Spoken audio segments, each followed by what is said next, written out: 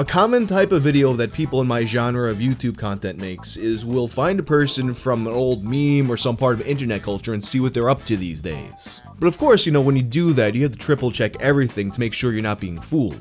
For example, back when I covered Messy Tales, there was an account that everyone thought was him, but I suspected that it might be an imposter. Sure enough, it turned out that not only was that account an imposter, but the imposter actually watched my channel. Also, I don't think I've ever mentioned this in a video before, but after all that happened, I was put in touch with someone who was allegedly the real Messy Tales, and I was provided photographic evidence of sorts, but he deleted everything before we could do the interview. In any case, if people are willing to impersonate Messy Tales, there's gotta be some appeal to posing as an online personality. And such an instance recently played out on Twitter involving the Gmod RDM Kid. For today's video, let's see what happens when an innocent little white lie devolves into absolute chaos.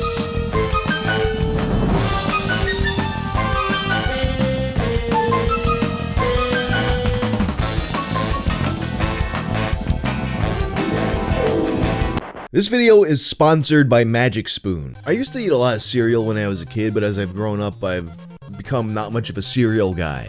I find that they're either too sweet or they're too bland. But Magic Spoon, in my opinion, hits that happy middle ground that's what I'm looking for. They use simple ingredients with no artificial flavors or dyes, and the nutrition reflects their more grown-up approach to cereal. It has 0 grams of sugar, 13 to 14 grams of protein, and 4 to 5 net carbs in each serving. And now they've got Magic Spoon Treats. It's great for a quick snack when you're in a hurry. Actually, this flavor right here, the chocolatey peanut butter, is probably my favorite food product that I've ever been sent from a sponsor. This is actually my last one. I wound up eating them all before I got around to recording the ad. Just click the link below to get some Magic Spoon cereal today. You can build your very own custom box with all the flavors you want, and use code WANG for $5 off. You can choose from the best-selling cocoa, fruity, frosted, peanut butter, and maple waffle flavors. Plus other awesome flavors including a honey nut, blueberry muffin, birthday cake, cinnamon roll, and chocolate chip cookie. And you can also add any of the treats to your order. And Magic Spoon is so confident in its product, it's backed by a 100% happiness guarantee. If you don't like it for any reason, they'll refund your money, no questions asked. So click the link below or scan the QR code and use code WANG for $5 off.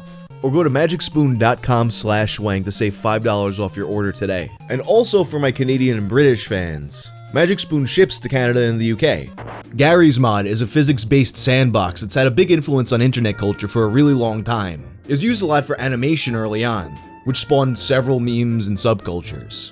Personally, I first saw it when it was getting used a lot for YTM&Ds, like G-Man's Having a Wonderful Time. The customizability made it a staple among Let's Players, and the sheer amount of user-created add-ons keep it popular to this day. This includes entire game modes which easily outperform the base game.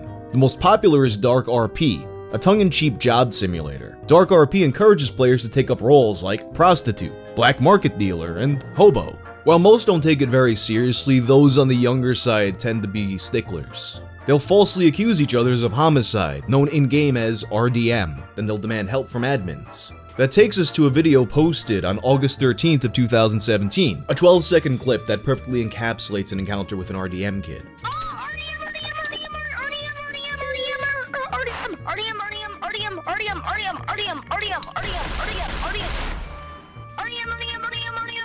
The video gets a ton of views, but its influence doesn't stop there. The RDM Kid was turned into a sound effect and added to hundreds of servers. It started appearing in memes, edits, and became ubiquitous with the phrase RDM, RDM, RDM. Sound was popular enough to reach other communities, including the popular Roblox game Item Asylum. That seems to be where most heard it for the first time. Though it really goes to show that RDM kids weren't just a Gmod problem. Now, an interesting note is that this clip didn't go viral for several years. It wasn't until people started to have nostalgia for the game that it really took off. This can be seen in one of the earliest usages I could find from r/Dogelore from 2019. The animation received 6,000 upvotes and over 400,000 views on YouTube. Both top comments show a lot of viewers asked for the soundbite. Before long, they were adding RDM Kid as an NPC and posting videos of him getting shot by Walter White. Now, most people didn't really care about finding who the actual kid behind the soundbite was because that wasn't really the point of it. The video worked because it could have happened on any server and been taken by anyone, but the uploader did provide a bit of context in the comments. Many assumed the RDM Kid's accusation was baseless, which actually wasn't the case. No, I did RDM someone beforehand because why not? He later left a pinned comment noting his virality. Never thought me mass RDMing and randomly uploading this clip to show my friends would get lots of views and other people using it. Sheesh. What's important to realize is that even the uploader didn't know who the kid was. This small detail led a user named Gabe to start pretending the voice belonged to him. Dude, that's not the real kid. That's an MP3 clip of my voice. They claimed the original was taken down, but there was no proof, so people reacted accordingly. Gabe was dismissed, as many wondered why someone would even bother trying to take credit for this.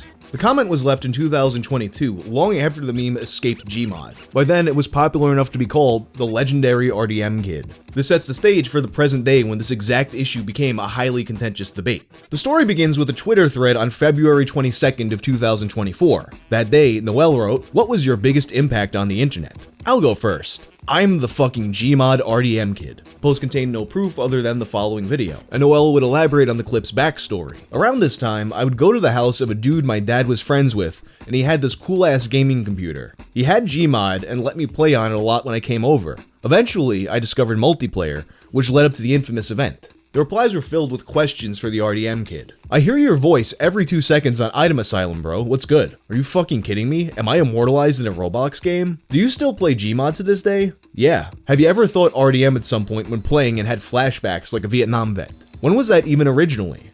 Like, I've seen this for years, but I could not say when it was first posted. I was playing Gmod Dark RP. Yeah, I mean, like a year. I don't even remember when I would have first seen it.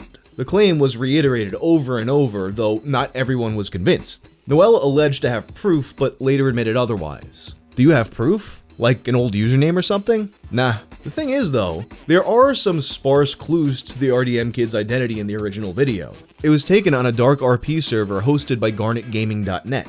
The RDM Kid's name and profile picture can also be seen in the bottom right corner. The RDM Kid was a player named X Prototype with this specific avatar on a Garnet gaming server in 2017. It's not a lot to go off of, especially since that stock photo was a meme, but it's definitely possible to corroborate.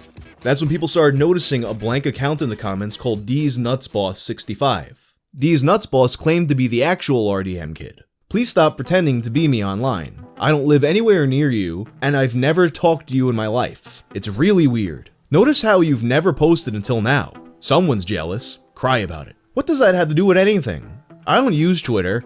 How are you calling me jealous while pretending to be me? The account owner named July shared this proof. The first screenshot is from a site that shows historical user data from Steam. It indicates his account was named variations of X Prototype throughout 2017. The second shows his Steam profile, which matches the historical data. The third shows he also used the same picture as his avatar. While this wasn't definitive, it all checked out. And it was obviously more proof than what Noelle had provided. Bedhead Bernie, who writes for my channel sometimes, reached out to see if there was any more evidence. And this is what he had to say. July explained that he played on the server a lot and kept in touch with many of its members. There were once hundreds of screenshots proving this, but he lost them on an SSD in 2021. However, he was able to find an unlisted video of X Prototype on the server in September of 2017. The latter was uploaded before he used the prototype name, which apparently has a backstory. I wasn't using the prototype alias at the time.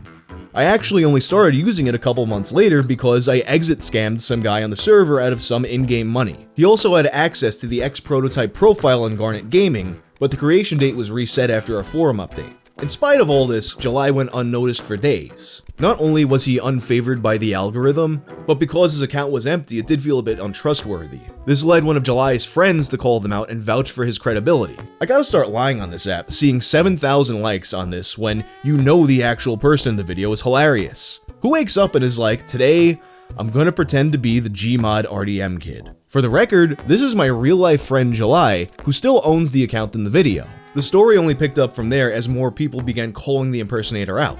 Large Valve fan accounts began to speak out, chastising her for stolen valor. They once again were astonished that anyone would lie about such a trivial title. You know, it'd be one thing if she was just doing it as a bit, but then she's insulting the actual guy and is trying to get interviews. The backlash caused her to delete the entire thread before going private. She later on issued an apology admitting the truth on her YouTube channel. It was not serious.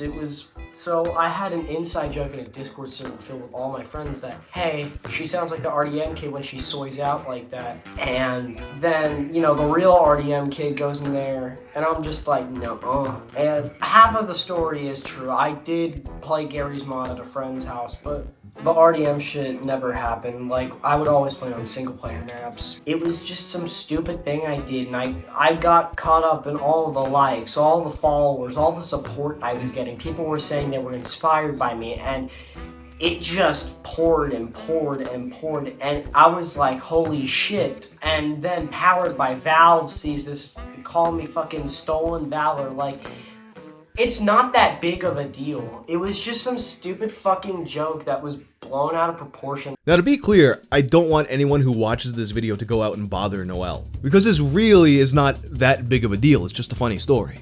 In my view, it's fully resolved, and I'm just interested in explaining how it unfolded. As it turns out, July had no idea that this went viral at all. He only found out because of the tweet. I remember seeing the video not long after it was uploaded because some friends sent it to me. At the time, it didn't have that many views. I honestly only found out it went semi-viral 3 days ago. That means that if not for the impersonator, the actual RDM Kid likely would have never stepped forward, or ever realized that his voice was being used so often across the entire internet. Unlike those who came before him though, July had no interest in sticking around. After his side began circulating, he went private and asked people to stop adding him. That brings us back to why someone would want to impersonate him in the first place. The RDM Kid is such a pointless thing to lie about, and that was part of the punchline. But the reason why it's pointless is that everyone who plays these games has known an RDM Kid. There's nothing that special or unique about the clip.